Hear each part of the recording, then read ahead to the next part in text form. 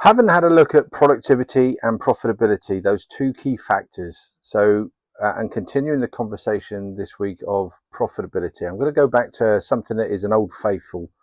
Um, Pretty much all of my clients will look to implement this very simple strategy, but one that can have a massive impact on the business. And it's measuring five key numbers in the business.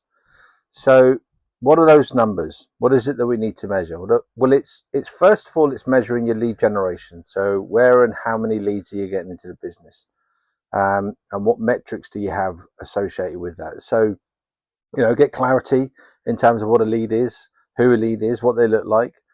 And then knowing that you've got people that are showing interest in your business and you can see how many leads are coming in, well, what strategies can you use to improve the number of leads that are coming into the business?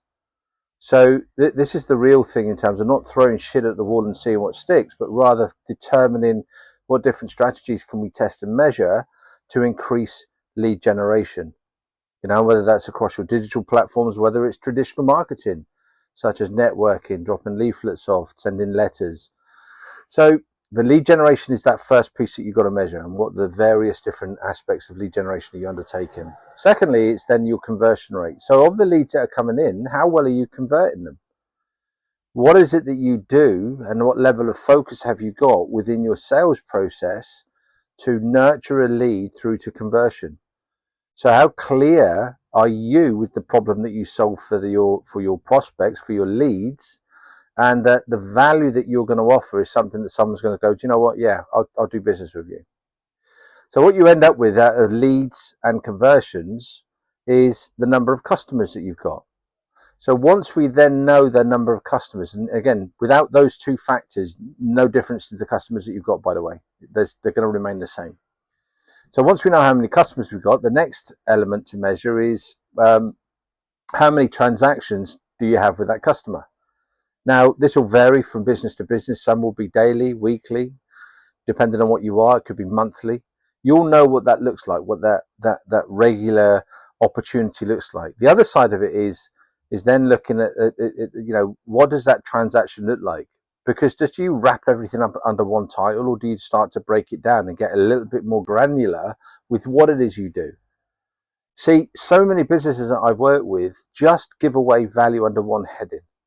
They don't realize just how much they're giving away. And, this isn't supposed to be something that's kind of like, grab every penny you can, but rather being really focused commercially on how well you're doing business.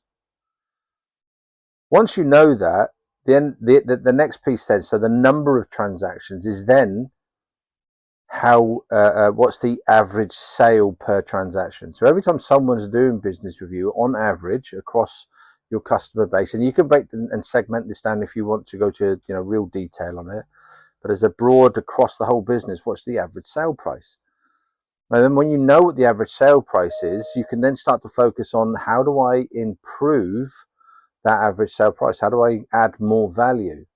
Now, as I just mentioned on the transactions, if you can suddenly see that there are multiple ways that you're giving a lot of value for free, suddenly that average sale can increase.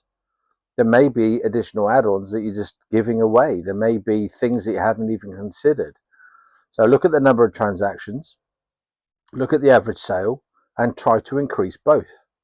Classic example on the transactions, by the way, is if you go to a salon, and at best, if they're booking their client back in for that next haircut, if they're booking them in every 8 weeks, what happens if they then say, oh, we'll book you in every 6 weeks? What happens if we say we'll book you in every 4 weeks?